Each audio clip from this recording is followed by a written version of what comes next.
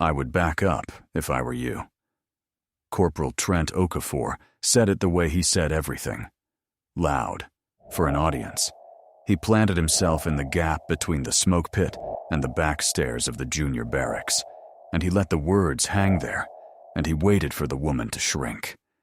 She did not shrink. Late afternoon, the base was gold and long-shadowed, the day cooling off the concrete. Behind the barracks there was a strip of cracked asphalt, a coffee can full of sand, 2 dented lockers somebody had dragged out years ago and never dragged back. This was where the junior Marines came to smoke and to talk, and lately, to run a small, quiet economy that was not on any duty roster. Okafor ran it. Okafor ran this back lot the way a man runs a thing he has never once been told he could not have. It was a small kingdom, but it was his. The juniors smoked when he said they could smoke. They laughed when he laughed. There was a rhythm to the place, a set of rules nobody had written down, and every rule pointed back at the corporal by the sand can. He was 23. He had 2 chevrons and a loud voice, and a talent for making younger men need his approval, and on a strip of cracked asphalt behind a barracks that had been enough to make him a king. Nobody had ever come back here and made him small. Nobody had ever tried. The woman wore civilian athletic clothes, gray, plain, no logos. A lanyard around her neck with a visitor tag turned backward. A clipboard under one arm. No rank, no name tape. Nothing on her at all that told a 19-year-old what she was. Okafor read the lanyard. He decided she was the one who had reported him. He decided it in about 2 seconds, and once he decided it, the rest came easy. "You lost, ma'am," he said. "Because this is Marine country back here. Civilians walk the front. You want the parking lot? It's that way." 3 of them fanned out behind him without being told. That was the part that mattered, if anyone had been watching close. Lance Corporal Cole Ferris drifted to her left and back, cutting the line to the stairs. Private First Class Silas Rayner slid to her right, near the lockers. The 4th, Lance Corporal Bo Hutchins, hung by the wall and did not move much at all. He looked at the ground. He looked at Okafor. He looked like a man who had come out for a smoke and found himself in a photograph he did not want to be in. She had walked 1,000 back lots like this one. She knew the shape of the next 10 seconds before they did. Her weight settled, both feet under her even. Her hands came off the clipboard and hung loose at her sides, open, not bald. Her chin dropped a ½ inch. She did not step back, and she did not step forward. She let the box close because she wanted to see who closed it.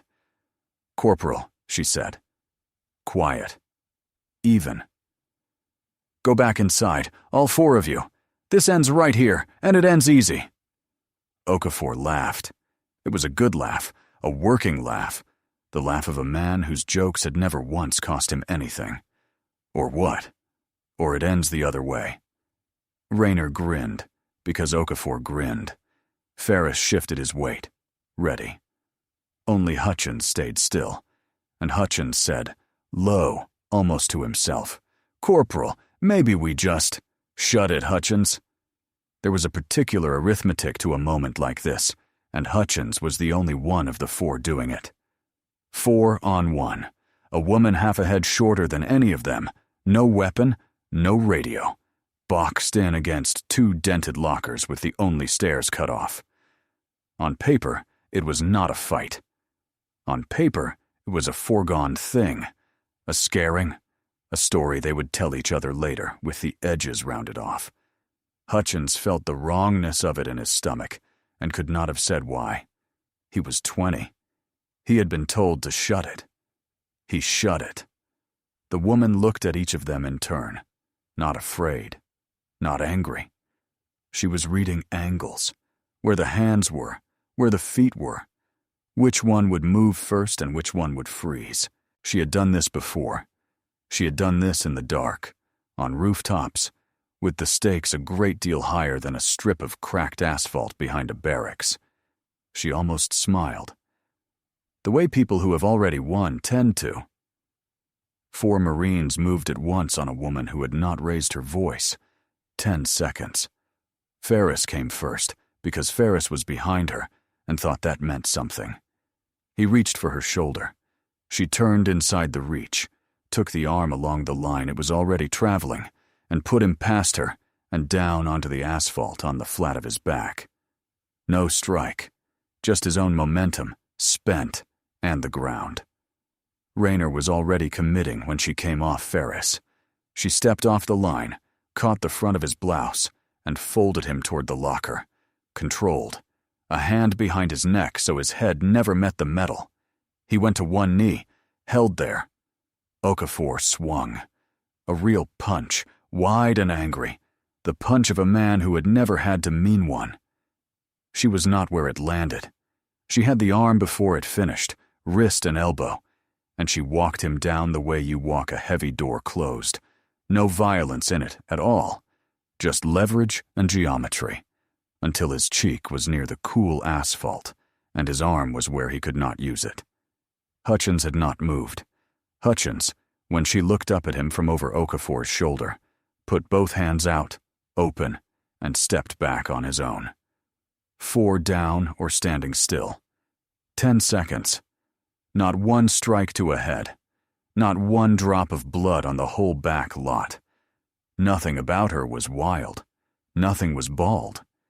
Every motion had been the shortest line between 2 points, the way a signature is the shortest line to a name.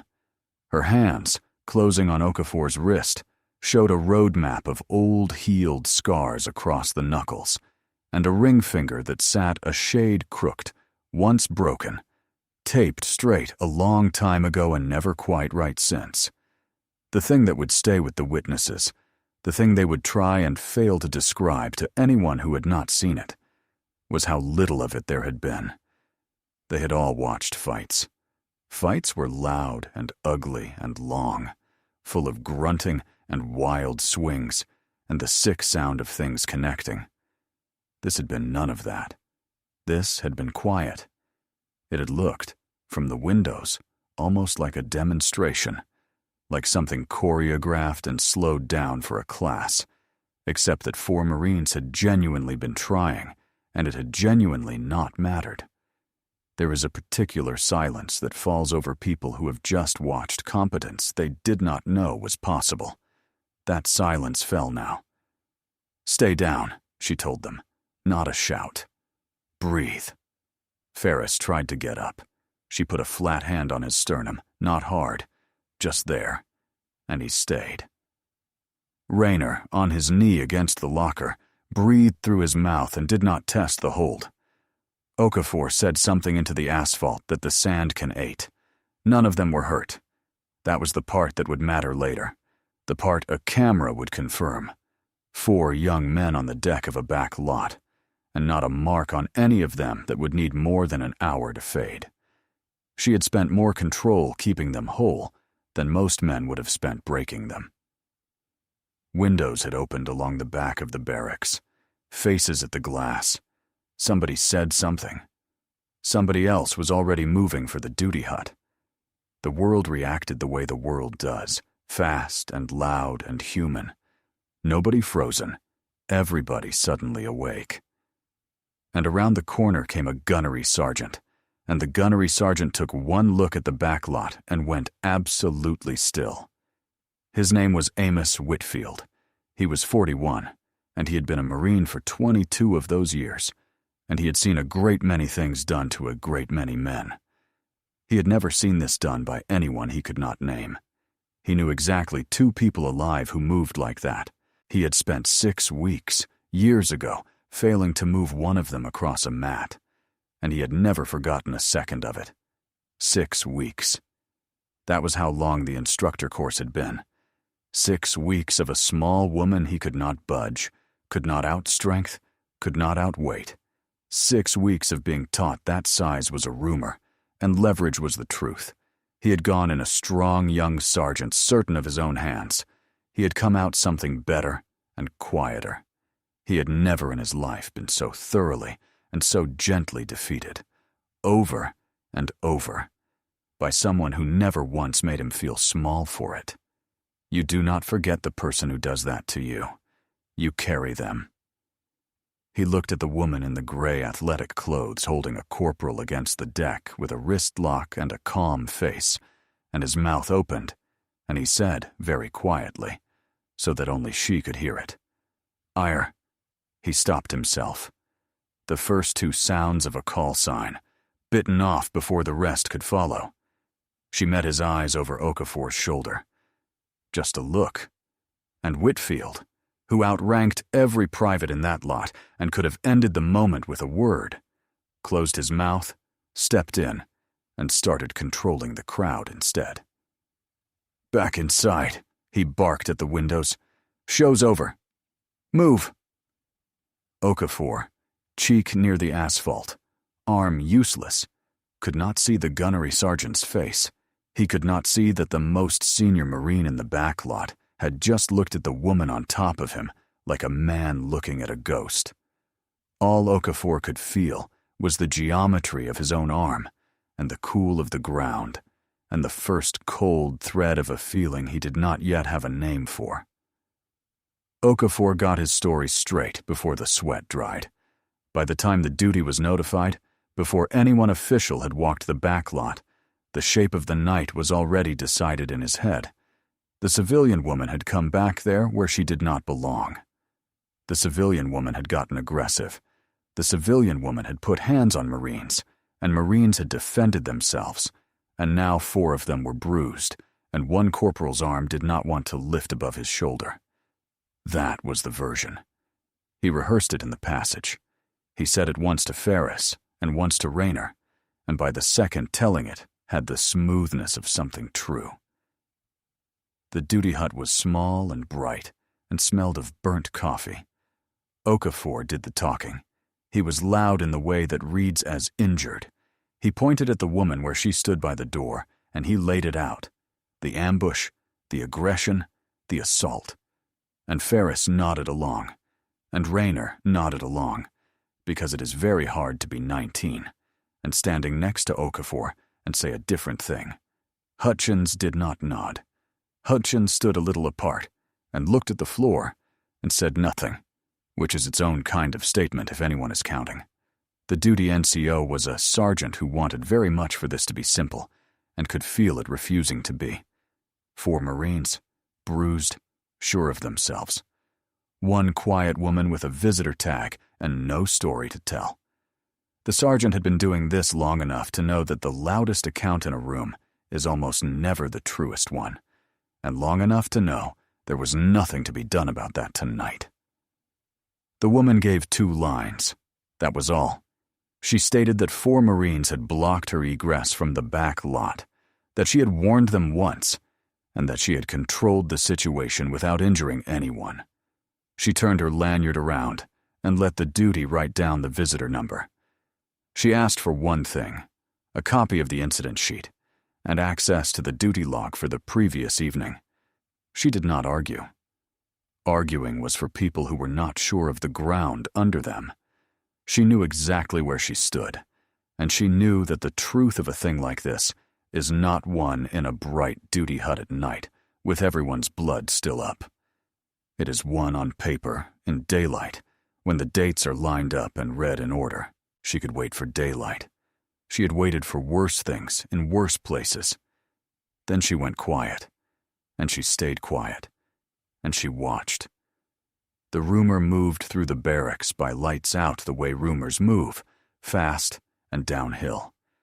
By the next morning, it had a nickname attached to it, something small and dismissive, the kind of name men give a woman they need to make less than she is. She heard it in a passage. She let it go by like weather. She had been called worse things by better men, and she had outlasted all of them. What she did not do was defend herself. She did not correct the version. She did not explain who she was, because who she was not yet the point. The point was the record. The point was that somewhere on this base, a report was being written, and the men writing it were signing their names to it, and a signature is a permanent thing. There is a cruelty in how a barracks decides what a person is. It does not need evidence. It needs a story that is easy to repeat and flattering to the teller. And Okafor's story was both. By the second night, men who had not been within 100 meters of the back lot could describe the ambush in detail. The details were invented, but they were vivid, and vivid beats true in a passage at night. She could feel the shape of it hardening around her, and she did nothing to stop it, because a lie allowed to grow. Tall enough will one day stand, where the whole base can watch it fall. Off to the side of the duty hut, Whitfield watched Okafor perform, and he understood exactly what was being built, and exactly what it would cost the men building it. He pulled Hutchins into a doorway for 10 seconds. Nobody heard what he said. Whatever it was, Hutchins came out of that doorway, looking like a man who had just done the arithmetic and did not like the sum. The men who cornered her were writing the report that would end them. If your jaw just tightened, you are not the only one. Subscribe to Honor Tales, because the 4 Marines signing that document have no idea what they have signed themselves into, and it turns. The paperwork came the way paperwork comes. Slow, and then all at once. Okafor did not stop at a story told in a duty hut. Within a day, he filed a formal complaint, harassment and assault, against the outside contractor who had come onto the lines and attacked Marines. He attached 3 signed statements, his own, Ferris's, Rayner's. He requested that the contractor be barred from the barracks area pending review. On paper, cleanly typed, routed through the right boxes, the woman in the gray athletic clothes was now the aggressor and the outsider, a civilian with no standing and a complaint against her name. The packet landed on a desk in the company office the next morning. A young admin clerk read it, and the clerk was not a villain. The clerk was a 19-year-old following a procedure that existed for good reasons. The procedure said an outside party accused of assaulting service members gets flagged for removal from the area pending review. So the clerk flagged it. That is what procedures do. They run whether or not the truth is standing in the room. The woman was standing in the room. She had come in to ask again for the duty log, and when she came through the office door, she did the thing she always did, the thing no contractor does. She clocked the exits. Both of them. She did not put her back to the open door. She took the chair that let her see the passage, a small habit, decades deep, invisible to everyone who had never had a reason to build it. She heard the clerk explain, apologetic, that there was a flag now, that she would need to stay clear of the barracks until the review cleared. She thanked the clerk. She meant it. The clerk was doing the job right. There was a version of this in which she walked into that company office and ended it in 30 seconds. She could have said her rank. She could have said her call sign. She could have made one call and had the flag lifted and Okafor standing at attention before the coffee went cold. Every instinct a lesser leader would have had pulled that direction. The clean, fast, satisfying correction, authority landing like a hammer. She did not do it, and the reason was discipline of a kind most people never have to learn. A hammer ends a moment. It doesn't end a scheme.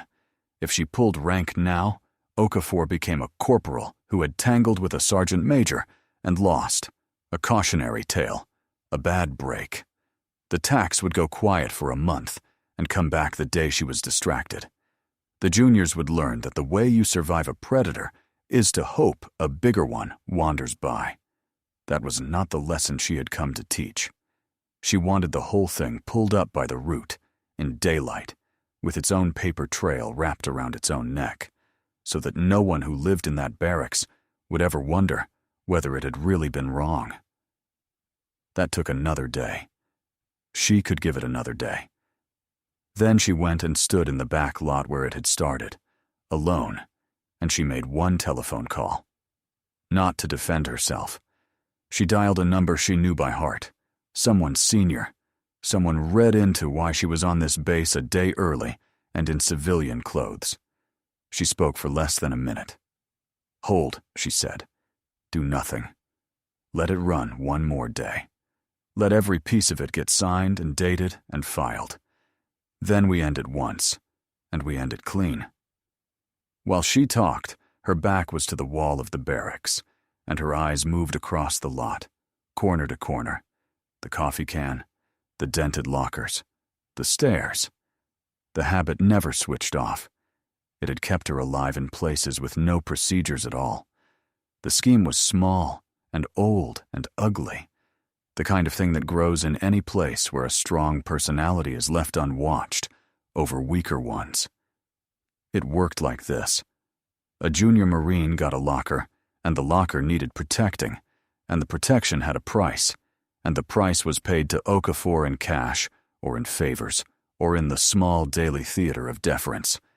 If you paid, your gear stayed put, and your nights stayed quiet. If you did not, things went missing, and duties fell on you that should have fallen elsewhere, and the barracks became a colder place to live. None of it was ever loud enough to reach a report. That was the craft of it. 100 small pressures, each one deniable, adding up to a tax that a 19-year-old a long way from home would rather pay than fight. She had seen it in one evening. She had seen it because she had spent a career learning to read the ground men hide, and because she had walked the lines the way she had promised a dead man she always would. Because here was the thing the packet did not know. The cornering had not been random. The cornering had been retaliation. The night before, 4 Marines boxed her into the back lot. She had filed a quiet report of her own, a hazing scheme, and a wall locker tax being run out of the junior barracks, juniors paying an older corporal for protection they did not need from a threat that was only him. She had walked the lines early precisely to see the things a base hides from a man who announces his arrival. She had seen this one. She had written it down, time-stamped, the evening before Okafor ever told her to back up. Okafor had cornered the one person on the base who already had him on paper. Her removal was one signature from final.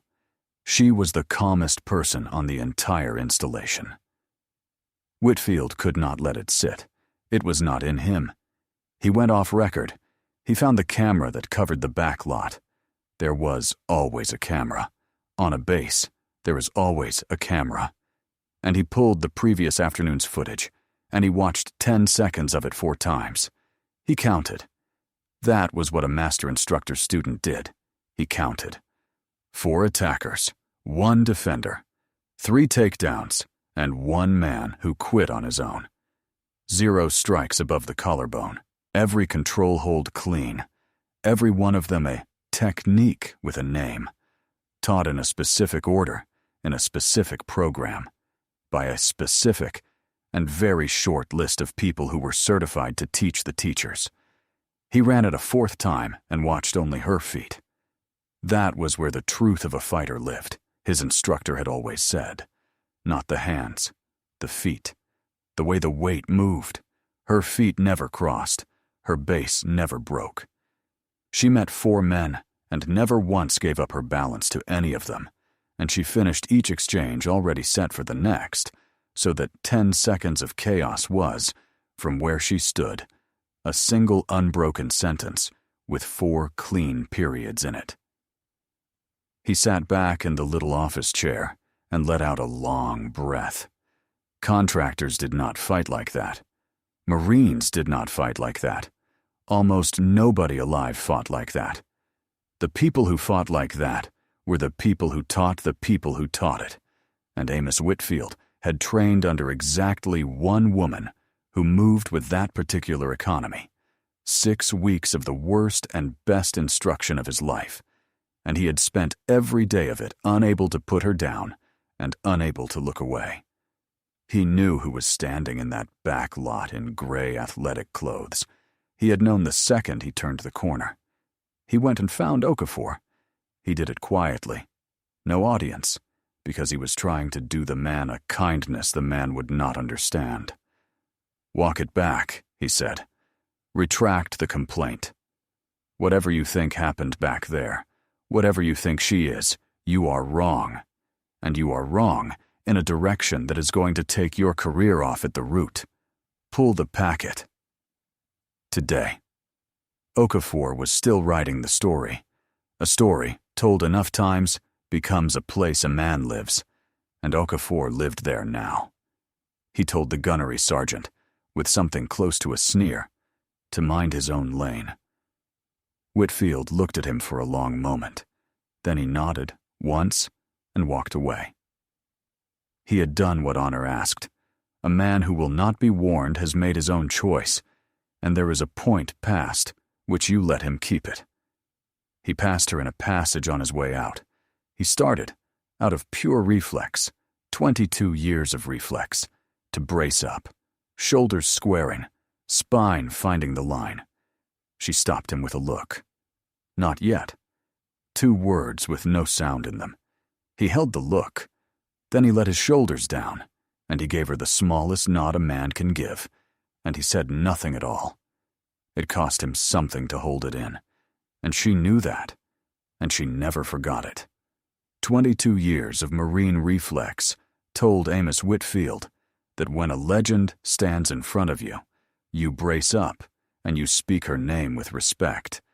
And here he was being asked to swallow all of it and let a corporal go on, believing he had bested a contractor for one more day. It went against everything the uniform had built into him. He did it anyway, because she had asked, because he trusted that she had a reason, because a great instructor teaches you that the hardest discipline is not the strike you land, but the one you choose not to. He had learned that from her once on a mat. He was living it now in a passage. When it was finally over and the truth was loose, she would find a quiet moment to tell him that the waiting had been the harder job and that he had done it perfectly.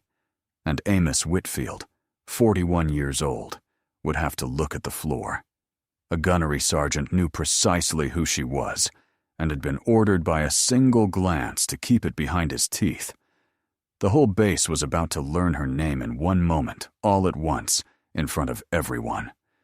Subscribe to Honor Tales so that you are there when it lands. The audience gets the rest now. The base does not have it yet. But you do. Her quarters. Dusk. Civilian clothes folded on the rack, gray and plain, and lying about her the way they were built to. Underneath, in a hard case, she carried everywhere and opened for no one, were the things that told the truth. A faded patch with a dagger motif she had earned in a unit most Marines never meet. A small citation for valor she kept face down, because she had never once been able to read it without seeing the face of the man it was really about. A single photograph, 4 operators on a rooftop before a bad night, all of them grinning, none of them knowing. 2013. She was 31. She had been a Marine for 13 years and a critical skills operator for 4, and on a night with no moon, her team went into a walled compound after a man who needed taking off the board. Her element leader was Staff Sergeant Milo Hearn. Hearn was the kind of Marine the recruiting posters would not have known how to draw, because the thing that made him was quiet and did not photograph. He went first. He always went first. Not for glory. Milo Hearn had no use for glory. He went first so that no one behind him had to. That was the whole of him, start to finish. She could still walk the whole thing in her head, step by step, the way you can walk a house you grew up in. The vehicles left short of the objective, the long, quiet approach over broken ground, the wall and the shape of Hearn against the last of the starlight, turning to give the hand signal he always gave, 2 fingers and a nod, on me. The breach that went clean.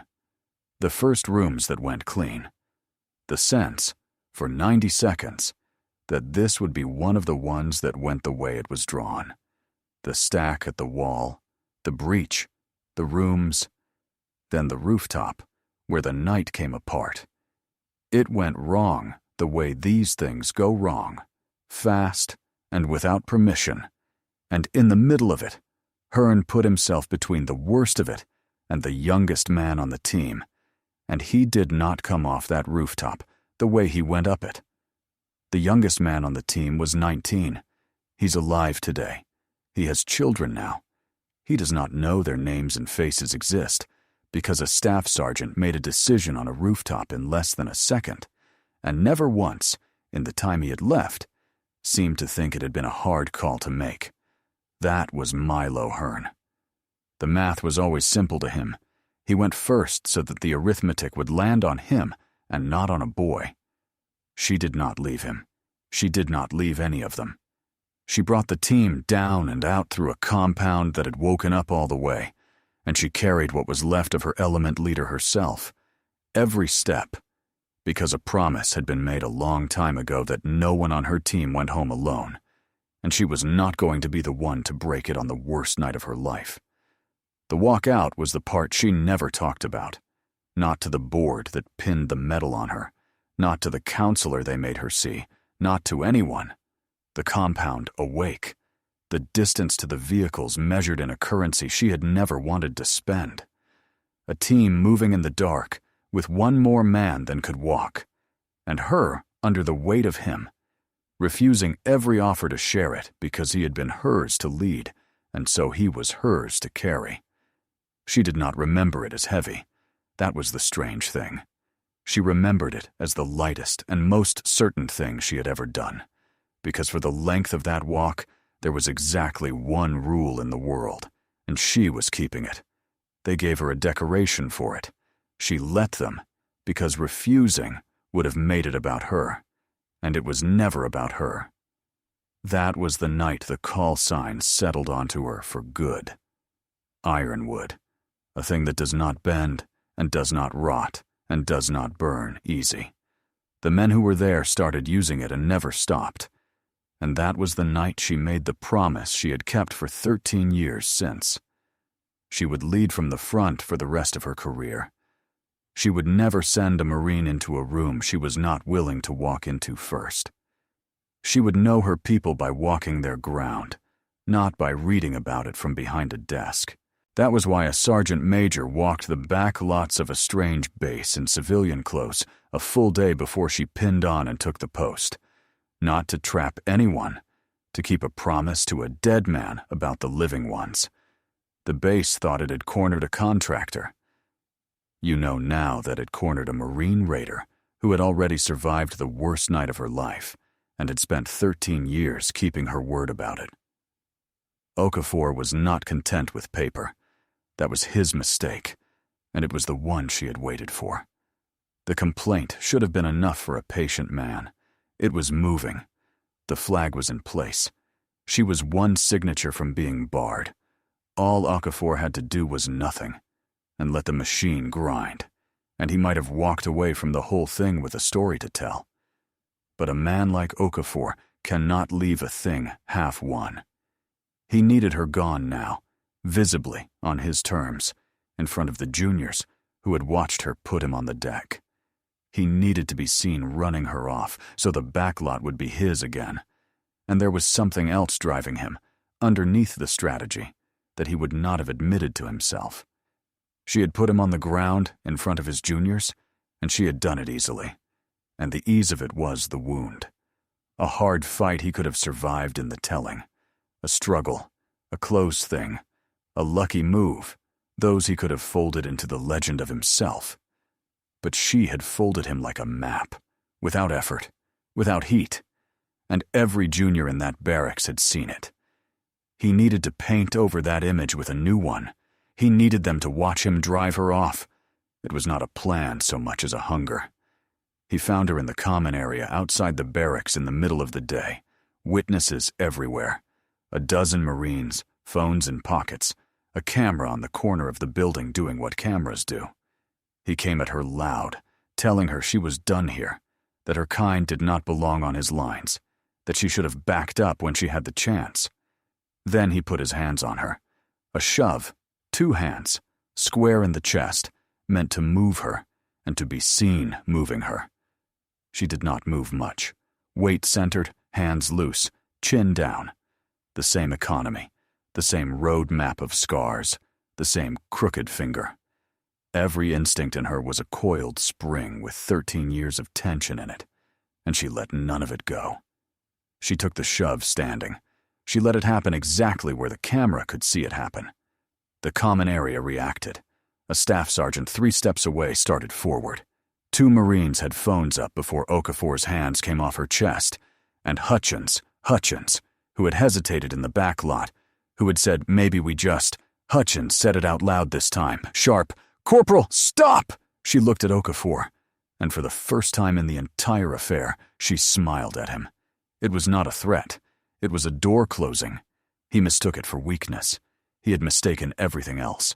There was no reason for him to get this last thing right. He smirked back at the smiling contractor who would not fight him, and he felt, for one more minute, like a man who had won. What he could not read in that smile was 13 years of restraint. A woman who had carried a dead man down a wall does not need to answer a shove from a corporal. She has nothing to prove to anyone, least of all to a man like this. And that is precisely what made her dangerous, in a way he had no instrument to measure. He read her stillness as surrender, because stillness was the only kind of strength his world had never shown him. He had grown up in places where the loudest hand won. He had never once met someone who could win by doing nothing at all, on purpose, while a camera watched. He had just assaulted her in front of a camera and a dozen witnesses, and she was smiling because he had finally handed her every last thing she needed. It broke open the next morning, and it broke open all at once. The turnover was in motion. The base was standing up its incoming senior enlisted leadership, and a small knot of people who knew what that meant had come down to the barracks area. Whitfield was among them, and when Okafor, writing the last of his story, said something to the contractor in front of the assembling group, Whitfield finally let himself off the leash she had put him on. He stepped between Okafor and the woman in gray, and he faced the crowd, and he said it in the voice that carried to the back of 100-man formation. "That is Sergeant Major Castellano, a beat, call sign Ironwood, Master Instructor Trainer, Marine Corps Martial Arts Program, Marine Raider, your incoming battalion Sergeant Major." He did not say it like a man scoring a point. He said it the way you read a citation, flat and clear, letting the weight of each word carry itself. He had waited 3 days and swallowed it every hour of them because she had asked him to with a look. And now that she had let him off the leash, he did not waste the moment on theater. He simply set the truth down in the middle of the crowd where everyone could see it. The words landed on the crowd like cold water off a bucket. She had not moved. She stood where she had stood, hands still loose at her sides, and let the names settle onto the men who had spent 3 days deciding she was nothing. For 3 days, she had been a rumor with a nickname. Now she was a rank and a call sign and a resume that reordered every person in the crowd relative to her. Marines who had repeated the story about the aggressive contractor felt the floor tilt under the memory. Marines who had known better and said nothing felt the particular shame of having known better and said nothing. And the youngest of them, the ones who had paid the tax and kept their heads down, felt something they had not felt in that barracks in a long time, which was the sudden nearness of someone who was going to be on their side and was strong enough to matter. Then a car door and boots, and Lieutenant Colonel Grady Ellison came across the common area with the easy authority of a man who commanded the ground he walked on. He was the battalion commander. He had been waiting for this sergeant major for a month. He walked straight to her, past Okafor as if Okafor were a lamppost, and he greeted her by name and by post. "Sergeant Major, glad you're here. I heard you got an early look at the lines."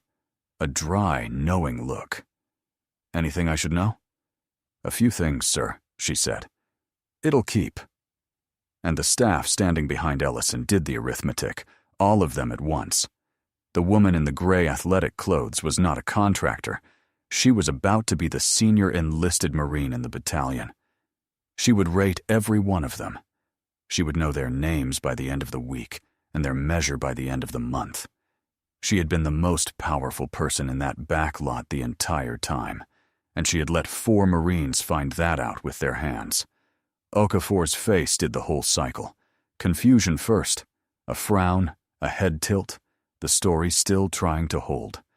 Then disbelief, as the ranks and the words refused to rearrange into anything he could survive. Then recognition, ugly and total, as he looked down at the patch of common ground, and then over at the back lot around the corner where she had put 4 Marines down in 10 seconds without raising her voice, and finally understood what he had been touching. And then horror, plain horror, as the shape of his future arrived all at once. There was a moment, right at the end of the cycle, where he looked at her, not with anger, but with something almost like a question, as if some part of him were begging her to say it had been a mistake, a misunderstanding, that he could still climb back out of this. She gave him nothing. Not cruelty, just the flat, final calm of a woman who had already given him every off-ramp there was. Go back inside, all 4 of you. Walk it back, retract the complaint. This ends easy. And watched him drive past everyone. She had warned him more times than he deserved. A person only gets so many warnings, and he had spent his the way he had spent everything, loudly, and on nothing. He was detained where he stood for the assault a camera had watched him commit. There was no formation. There was no line of Marines snapping to attention, no mass salute, no ceremony. The recognition was the reckoning. It did not need decoration. The most senior enlisted Marine in his world had stood in front of him, in gray athletic clothes, and let him show everyone, on his own, exactly who he was. He had done it thoroughly. There was nothing left for anyone else to prove. The man who told her to back up could not lift his eyes to her face, and she still had not raised her voice. The ring came apart fast, the way these things do once the keystone is pulled. Her quiet report from the evening before the cornering predated the entire complaint. It was time-stamped. It named the hazing, named the wall locker tax, named the mechanism, a full day before Okafor ever filed a word against her. Set beside her report, his packet stopped being a complaint and became a confession of motive. And once she was who she was, the juniors came forward. That was the part that could only happen after. Frightened privates do not testify against a corporal who runs their barracks. They will testify to a sergeant major who put that corporal on the deck and then stood there and took a shove without breaking him in half. Courage is contagious when it comes from the top. 1 came forward, then 3. Then the tax was a spreadsheet of small humiliations with names and dates, and it was over. The first one to come forward was a private who had paid the tax for 4 months and had never told a living soul. He came to her office because he had watched her take a shove without answering it, and something in that had told him she would not make him regret honesty. He was right. She listened without a flicker of judgment, took down what he said, thanked him, and made sure he walked out of that office standing straighter than he had walked in. He told a friend how it had gone. The friend told a friend. That is the only way a thing like this ever really breaks. Not with an investigation, but with one frightened person deciding that the risk of the truth had finally dropped below the cost of the silence, because someone strong had made the ground safe enough to stand on. The paperwork Okafor built to bar her from the barracks ended his standing instead. He was referred for the assault and for the scheme. Ferris and Rayner, who had signed his statements, learned the specific weight of a signature, that a name at the bottom of a false account is a debt that comes due, and that a corporal's approval is a very poor thing to have bought it with. The machine that had almost removed a Marine raider ground the other direction now, and it did not hurry, and it did not miss. She took no pleasure in any of it. That was the thing the juniors would come to understand about her over the months ahead. There was no triumph in her face when Okafor's story came apart. No settling of a score. She had simply told the truth, in order, on time, and let the truth do the work truth does. She had learned a long time ago that the loudest justice is usually the weakest, and that the kind that lasts is quiet and dated and impossible to argue with. She did not spend her win on cruelty. She spent it on Hutchins. Lance Corporal Beau Hutchins had been one of the four. He had also been the one who hesitated in the back lot, the one who put his hands up and stepped back on his own, the one who said stop out loud in the common area when it counted. She had watched all of it. She missed nothing. That was the whole trouble with her. She did not end him. She put him to work fixing the thing he had stood near. She made him part of standing the barracks back up clean, the tax refunded, the juniors made whole, the culture of that back lot rebuilt one honest day at a time under her eye. She called him in, the day after it all came apart. Just the two of them. No audience, which was the only way she ever did the work that mattered. She did not soften it. She told him he had stood in a box with 3 other men around one woman, and that he had known it was wrong, and had let being told to shut it be enough. She let that sit. Then she told him the other thing, the true thing, which was that when the moment turned and it would have cost him something to speak, he had spoken. In the back lot, he had put his hands up. In the common area, he had said stop, out loud, with a corporal he feared standing right there. That, she said, was the whole of leadership in one word, said at the one time it was expensive. Most Marines never manage it once. He had managed it twice in 3 days, at 20 years old, and she was not going to let the Corps throw that away over the company he had been keeping. She did not need 40 men afraid of her. She had never needed that.